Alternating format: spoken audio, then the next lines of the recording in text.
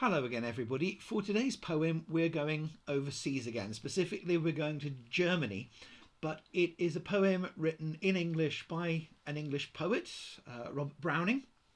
But it sets in poetry a very famous story, both in Germany and here and elsewhere, the story of the Pied Piper of Hamelin. Now, I have a very, very good friend who lives in Hamelin. She is a travel agent that I work for a lot. Ich muss sagen, ich habe eine gute Freundin, die in Hameln lebt. Sie heißt Maren Brennecker von Reisebüro First Östra in, in Hannover. Und wenn wir arbeiten zusammen in England und in Wales, ich spreche viel von dieser Gedicht The Pied Piper of Hamelin, der Rattenfänger von Hamelin. Und ich sage, wie berühmt ist dieser Poem auf English und in Großbritannien. So when I work with my good friend Maren, I've worked in Wales as well as in England with her, I've told her about this poem, which isn't well known there. Of course, the legend is incredibly famous. You can go and see the stained glass window in the church, which tells in pictorial form the story of this man that came to rid the town of its infestation of rats. But having done so, the local mayor and corporation, the council, they refused to pay him, so he used his powers to take away the town's children as well. It's actually a rather tragic and sad story, but it's told to very, very great effect by Robert Browning. So that is what we will have today. Longest one I've attempted of these, but that's not necessarily a bad thing. So the Pied Piper of Hamelin. Hamelin town's in Brunswick, by famous Hanover city. The river Weser, deep and wide, washes its wall on the southern side. A pleasanter spot you never spied. But when begins my ditty, almost 500 years ago, to see the townsfolk suffer so from vermin was a pity. Rats. They fought the dogs and killed the cats, and eat the cheeses out of the vats, and licked the soup from the cook's own ladles, split open the kegs of salted sprats, made nests inside men's Sunday hats, and even spoiled the women's chats with drowning their speaking, with shrieking and squeaking in 50 different sharps and flats. At last the people in a body came to the town hall flocking. "'Tis clear," they cried, "our mayors are noddy, and as for the corporation, shocking. To think we buy gowns lined with ermine for dolts that won't or can't determine what's like to rid us of our vermin. Rouse up, sirs, give your brains a racking to find the remedy we're lacking, or sure as fate we'll send you packing." At this the mayor and corporation quaked with a mighty consternation. An hour they sat in council. At length the mayor broke silence. "For a guilder I'd my ermine gown sell. I wish I were a mile hence. It's easy to bid, one racks one's brain. I've scratched it so, and all in vain, and I'm sure my poor head aches again. Oh, for a trap, a trap, a trap." Just as he said this, what should hap at the chamber door but a gentle tap? "Bless us," cried the mayor, "what's that?" With the corporation as he sat, looking through the wondrous fat. "Only a scraping of shoes on the mat. Anything like the sound of a rat makes my heart go pit-a-pat." "Come in," the mayor cried, looking bigger, and in did come the strangest figure. His queer long coat was half of yellow and half of red, covering him from heel to head, and he himself was tall and thin, with sharp eyes blue, each like a pin, and light loose hair, yet swarthy skin, no tuft on cheek nor beard on chin, but lips where smiles went out and in. There was no guessing his kith and kin, and nobody could enough admire the tall man in his quaint attire. Quoth one, It's as my great-grandsire, starting up at the trump of doom's tone, had walked this way from his painted tombstone. He advanced to the council table, and, please your honours, said he, I'm able, by means of a secret charm, to draw all creatures living beneath the sun that creep, or swim, or fly, or run after me, so as you never saw. And chiefly I use my charm on creatures that do people harm, the mole and toad and newt and viper, and people call me the Pied Piper. And here they noticed around his neck a scarf of red and yellow stripe to match with his coat of the self-same check, and at the scarf's end hung a pipe, and his fingers, they noticed, were ever straying, as if impatient to be playing upon this pipe, as low it dangled over his vesture so old-fangled. Yet, said he, poor piper as I am, in Tartary I freed the cham. Last June from his huge swarm of gnats I eased in Asia the nizam of a monstrous brood of vampire bats. And as for what your brain bewilders, if I can rid your town of rats, will you give me 1,000 guilders? 50,000 was the exclamation of the astonished mayor and corporation. Into the street the piper stepped, smiling at first, a little smile, as if he knew what magic slept in his quiet pipe the while. Then, like a musical adept, to blow the pipe his lips he wrinkled, and green and blue his sharp eyes twinkled, like a candle flame when salt is sprinkled. And ere 3 shrill notes unto the pipe uttered, you heard as if a whole army muttered, and the muttering grew to a grumbling, and the grumbling grew to a mighty rumbling, and out of the houses the rats came tumbling. Great rats, small rats, lean rats, brawny rats, brown rats, black rats, grey rats, tawny rats, grave old plodders, gay young friskers, fathers, mothers, uncles, cousins, cocking tails and pricking whiskers, families by the tens and dozens, brothers, sisters, husbands, wives, following the piper for their lives. From street to street he piped, advancing until they came to the river Weser, wherein all plunged and perished, save one who, stout as Julius Caesar, swam across and lived to carry, as he the manuscript he cherished, to Ratland home his commentary, which was, at the first shrill note of the pipe, I heard a sound as of scraping tripe, and putting apples wondrous ripe into a cider press's gripe, and moving away of pickle tub boards, and leaving a jar of conserve cupboards, and drawing the corks of train oil flasks, and a breaking the hoops of butter casks.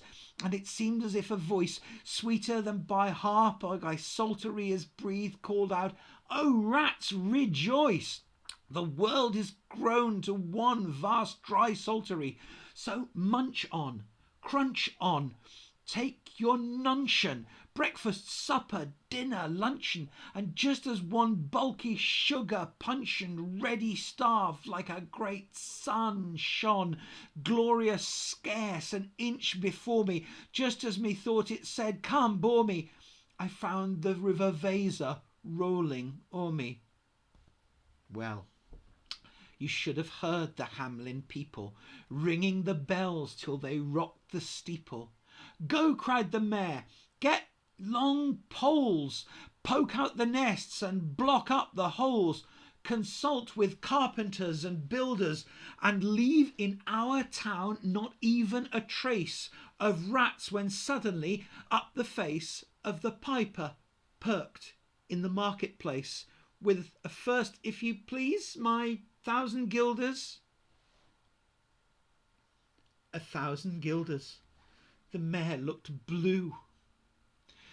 And so did the corporation too, for council dinners made rare havoc with claret, roselle, vindegrave, hock, and half the money would replenish their cellar's biggest butt with Rhenish, to pay this sum to a wondering fellow with a gypsy coat of red and yellow. Beside, quoth the mayor with a knowing wink, our business was done at the river's brink. We saw with our eyes the vermin sink. And what's dead can't come back to life, I think. So, friend, we're not the folks to shirk from the duty of giving you something to drink and a matter of money to put in your poke. But as for guilders, what we spoke of them, you very well know, was in joke. Beside, our losses have made us thrifty. 1,000 guilders? Here, take 50. The piper's face fell, and he cried, No trifling, I can't wait. Beside, I've promised to visit by dinner time Baghdad and accept the prime of the head cook's pottage he's all rich in for having left in the caliph's kitchen of a nest of scorpions no survivor. With him I proved no bargain driver. With you don't think I'll bait a stiver, and folks who put me in passion may find me pipe after another fashion. How? Cried the mayor. Do you think I'll brook being treated worse than a cook, insulted by a lazy ribald with idle pipe and vesture piebald? You threaten us, fellow? Do your worst. Blow your pipe till you burst. Once more he stepped into the street, and to his lips again laid his long pipe of smooth, straight cane. And ere he blew 3 notes, such sweet, soft notes as yet musician's cunning never gave the enraptured air, there was a rustling that seemed like a bustling of merry crowds, jostling, pitching and hustling. Small feet were pattering, wooden shoes clattering, little hands clapping, little tongues chattering, and like fowls in a farmyard when barley is scattering, out came the children running, all the little boys and girls with rosy cheeks and flaxen curls and sparkling eyes and teeth like pearls, tripping and skipping, ran merrily after the wonderful music with shouting and laughter.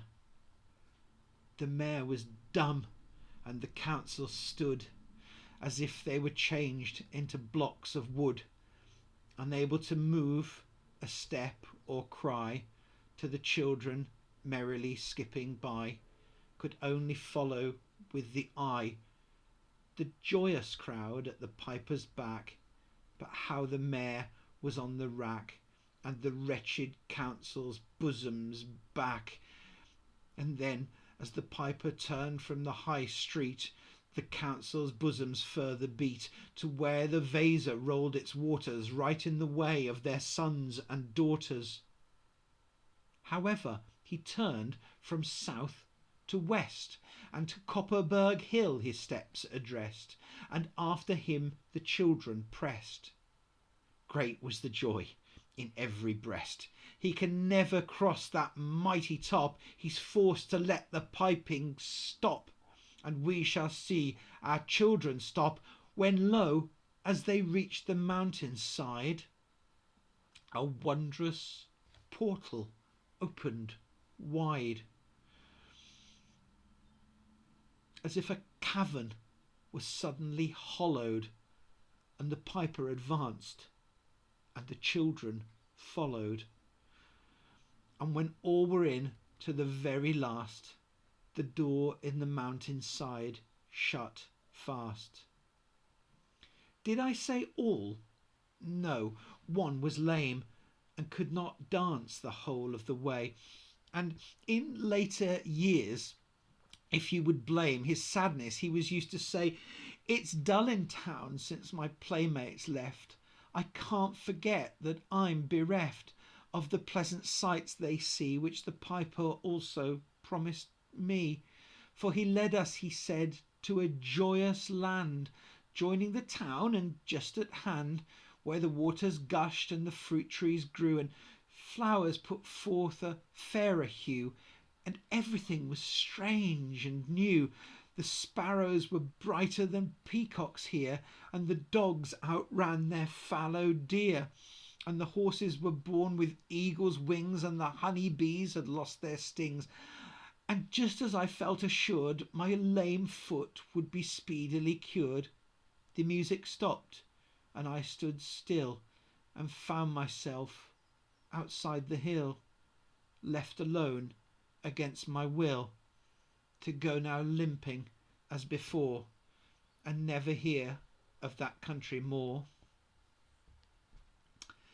Alas for Hamelin, there came into many a burgher's pate a text which says that heaven's gate opens to the rich at as easy a rate as the needle's eye takes a camel in. The mayor sent east, west, north and south to offer the piper by word of mouth, wherever it was men's lot to find him, silver and gold to his heart's content, if only he'd return the way he went, and bringing the children behind him. But when they saw 'twas a lost endeavour, and piper and dancers were gone forever, they made a decree that lawyers never should think their records dated duly, if after the day of the month and year these words did not as well appear.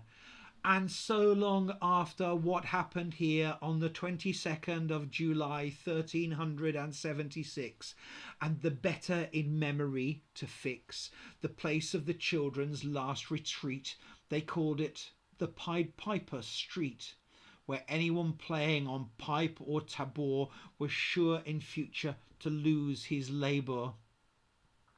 Nor suffered they a hostelry or tavern to shock with mirth a street so solemn.